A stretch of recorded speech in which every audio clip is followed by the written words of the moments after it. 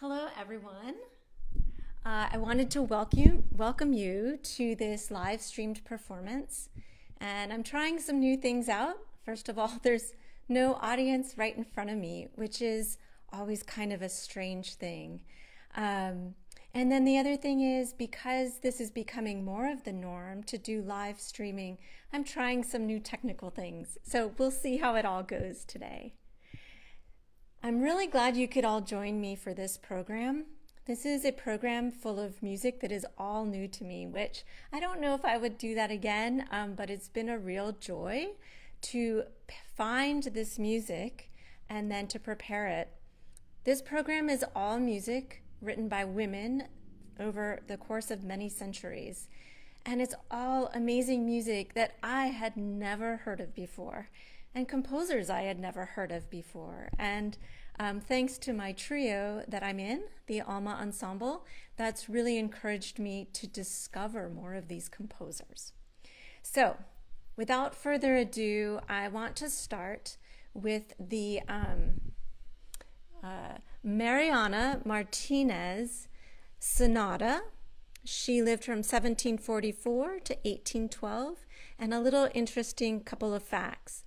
She grew up in the same building as the Esterházy family in Vienna, which was basically royalty, if not royalty. And they were on the first floor. The Martinez family was on the third floor, which shows you that they're a little bit less wealthy than the Esterházys. And then who lived in the attic, the cold attic?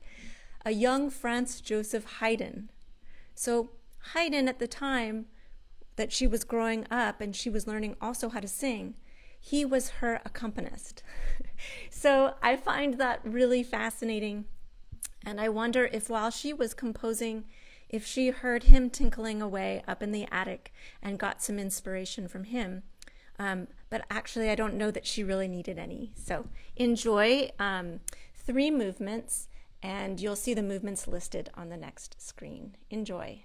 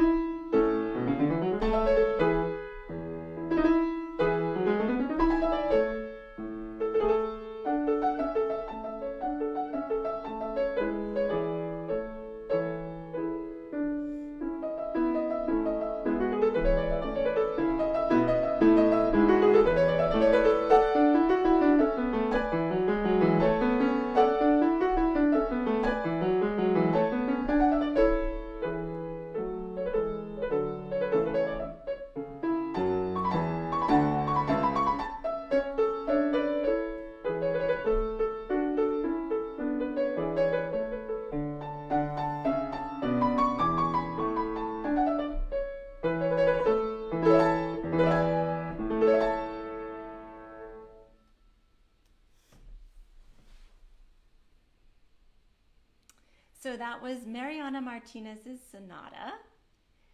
And next, we are going to move to a composer that many of you actually may have heard of, Clara Schumann. At the time that she wrote these particular pieces, she was not married, and I think it was around this time that she actually was about to meet Robert. So she lived in Germany. Again, she was married to Robert Schumann, who was another composer. But Clara really was, she was an amazing woman, an amazing person. She concertized all over the place. She wrote her own music, and she was a mom of many, many children and a dear, loving wife to her husband, Robert. So she wrote these pieces very early on in her life. Like I said, this was before she met Robert. The first one is a nocturne, or Notturno. And this was around the time, this was, I think, a little bit after or right around the same time as John Field was sort of coining that whole genre, the nocturne. So this is her take on it. And this was before Chopin. I mean, I think Chopin really maybe hadn't started writing them at this point. He was younger. And then the second piece is a little piece that I just like to say the name, which is Toccatina. And so a really fun piece, very lyrical. And Clara has her own twist to lyricism, I find. Her phrases just dovetail endlessly in a very beautiful, unique way. So enjoy.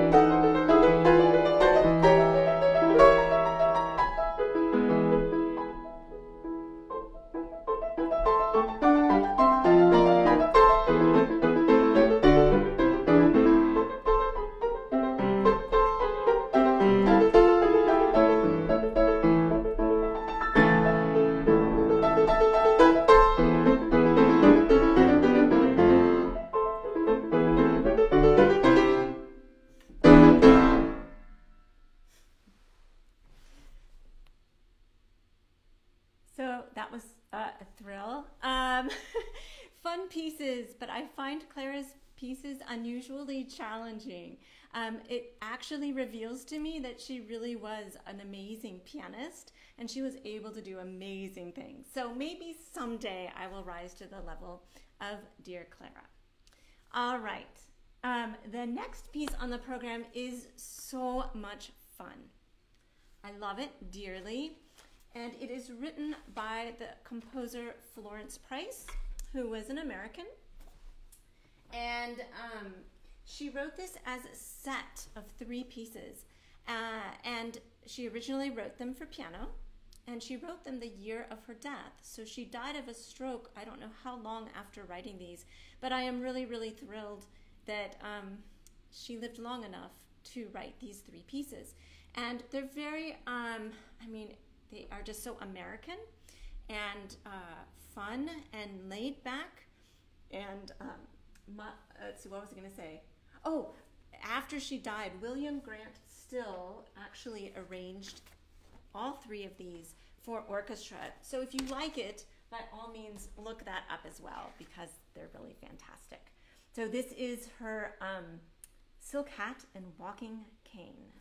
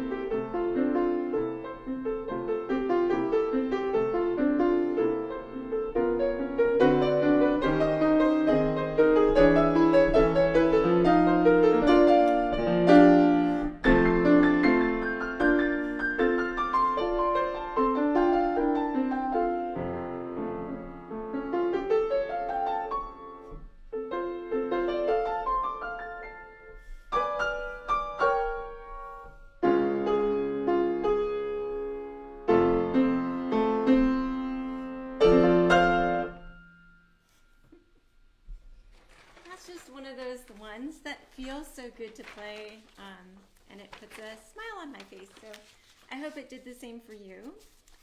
I used to play in a restaurant for a while, and this always makes me think, gosh, I should have had that in my repertoire at the time, because that would have been great. All right. The next piece on the program is by one of my new favorite of all time composers, and her name is Mel Bonis, and her born name was Melanie, but of course she had a lot of difficulty being accepted as a composer in her position. She actually was not born in a well-to-do family. She was in a lower middle class family. Look her up. She has quite the story. I think she had a difficult time. She was in an arranged marriage at age 25, and that just did not sound fun, quite frankly. But anyway, read up on Melanie. But she wrote the most beautiful melodies I've almost ever encountered. So our trio has played some of her music. Now I'm playing these pieces, and I'm actually teaching some of her pieces as well to other pianists. So without further ado, we're going to start with the Eglogue, and then the Près du Ruisseau. I don't know if that's the right pronunciation, but we'll go with that. And that means by the brook.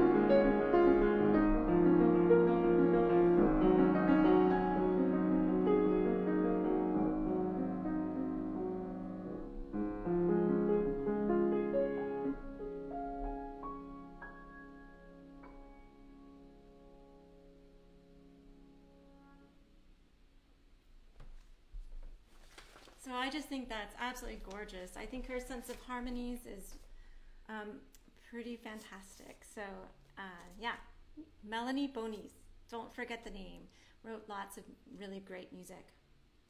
All right, the next piece is a little bit on the crazy side. And I have no picture of her. There's just a very little bit of a bio in Wikipedia. Of course, that's where we all go, unfortunately, or fortunately, whatever. Pickles and Peppers is a Rag, and it was written by Adaline Shepard. I'm assuming that's how we say it. And she wrote not many pieces, actually, and somewhere I read that I don't know that she even received any formal training, but she wrote at least 3 rags, and her the most famous one is this one, the Pickles and Peppers rag. And in one year, it sold, I think it was 1908, it sold 200,000 copies, sheet music wise.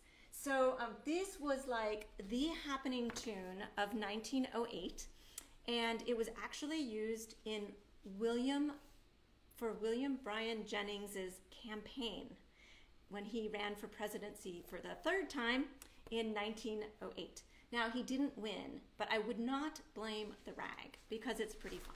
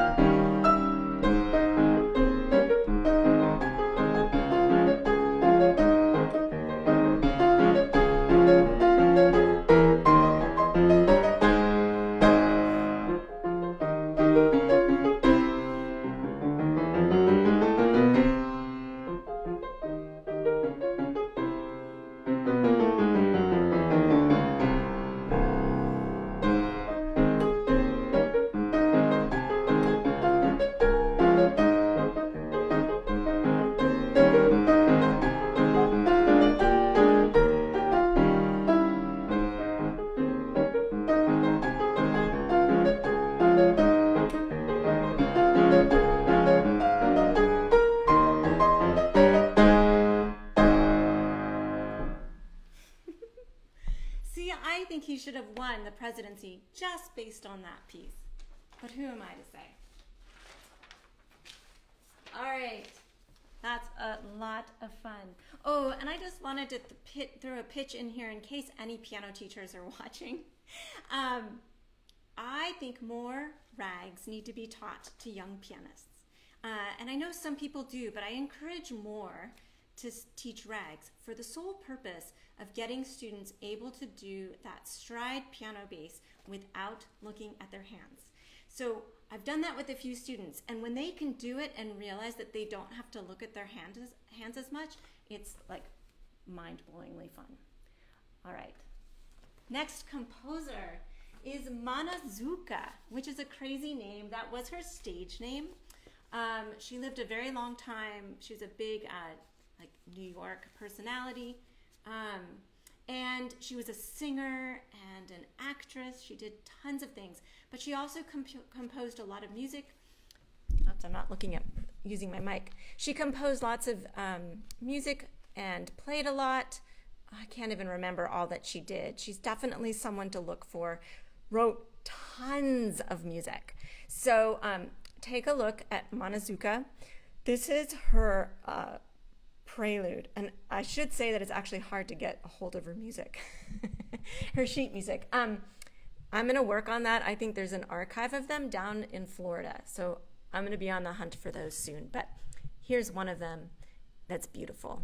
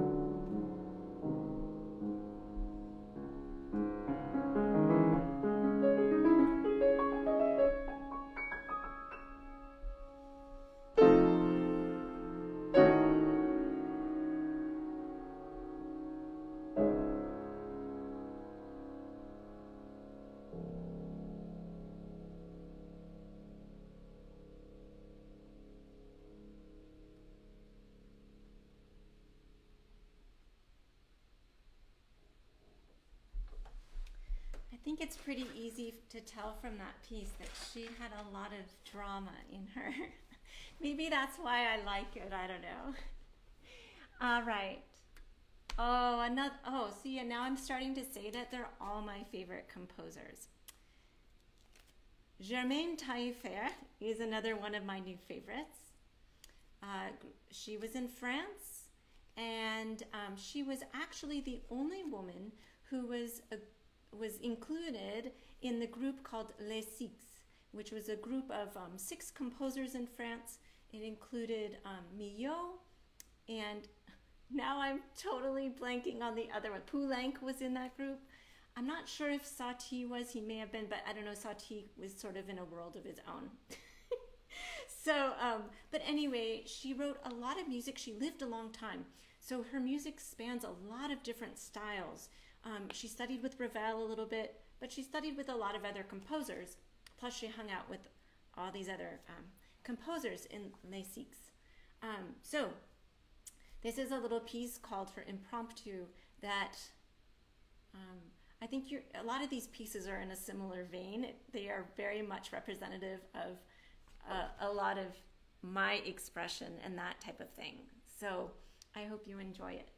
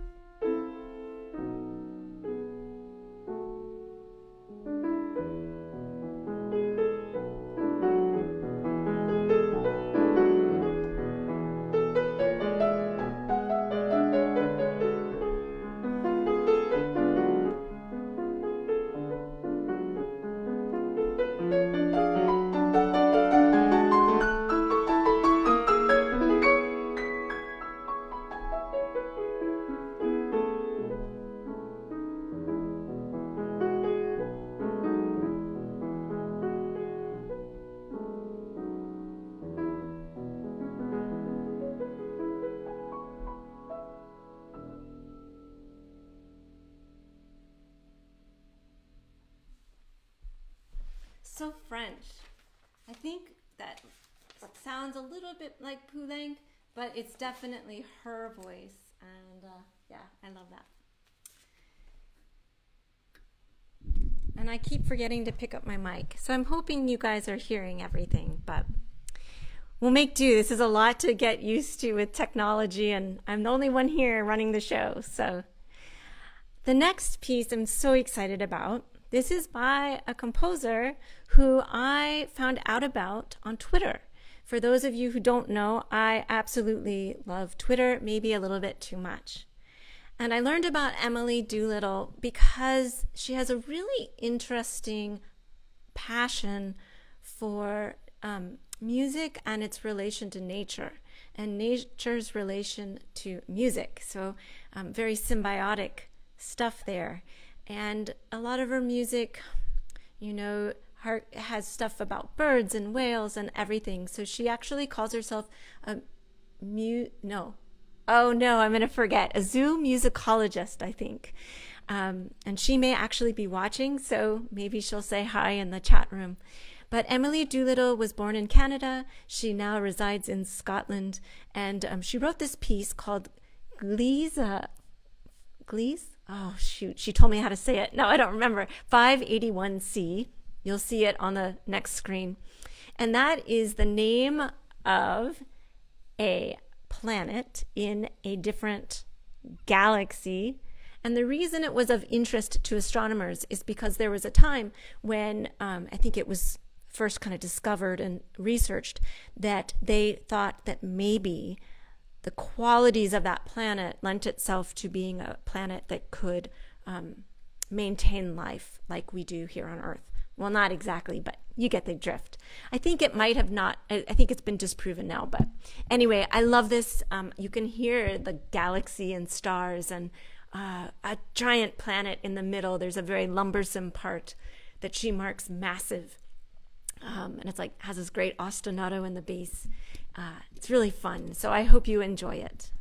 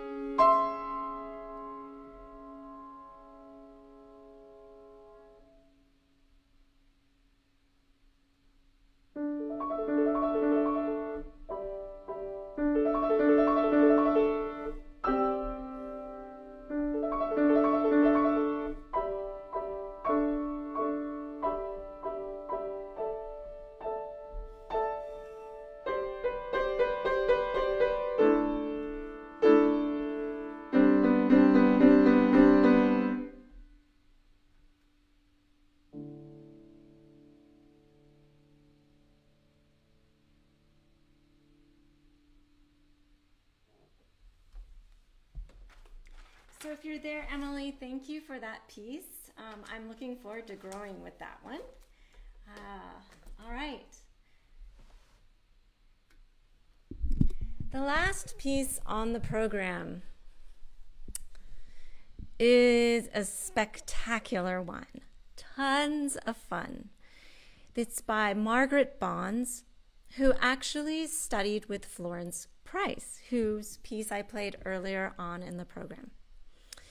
I'm blanking on being able to tell you a whole lot about her, but she's definitely somebody you need to look up.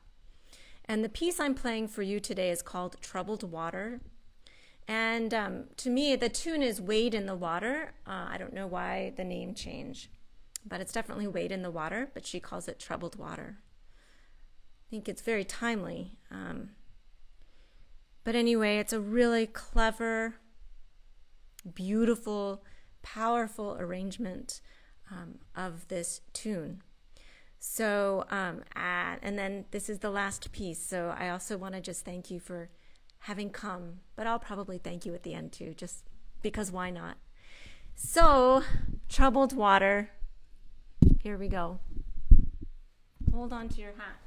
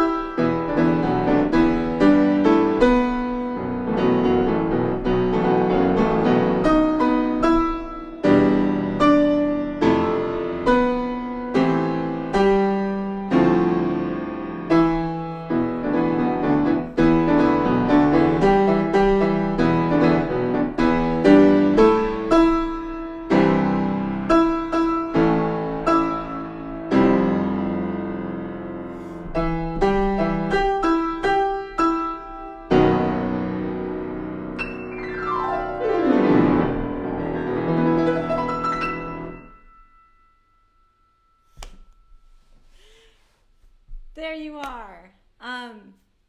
Again, I want to thank you all for joining me today, and I want to thank Kareem, who was so kind to set up these couch concerts and to include me and to ask me to do this. I think this is the last one, but who knows, maybe it will have been so popular that we'll just keep going and going and going. So anyway, thank you very much for joining me. I hope you all have an absolutely lovely rest of the weekend and stay safe out there. Bye.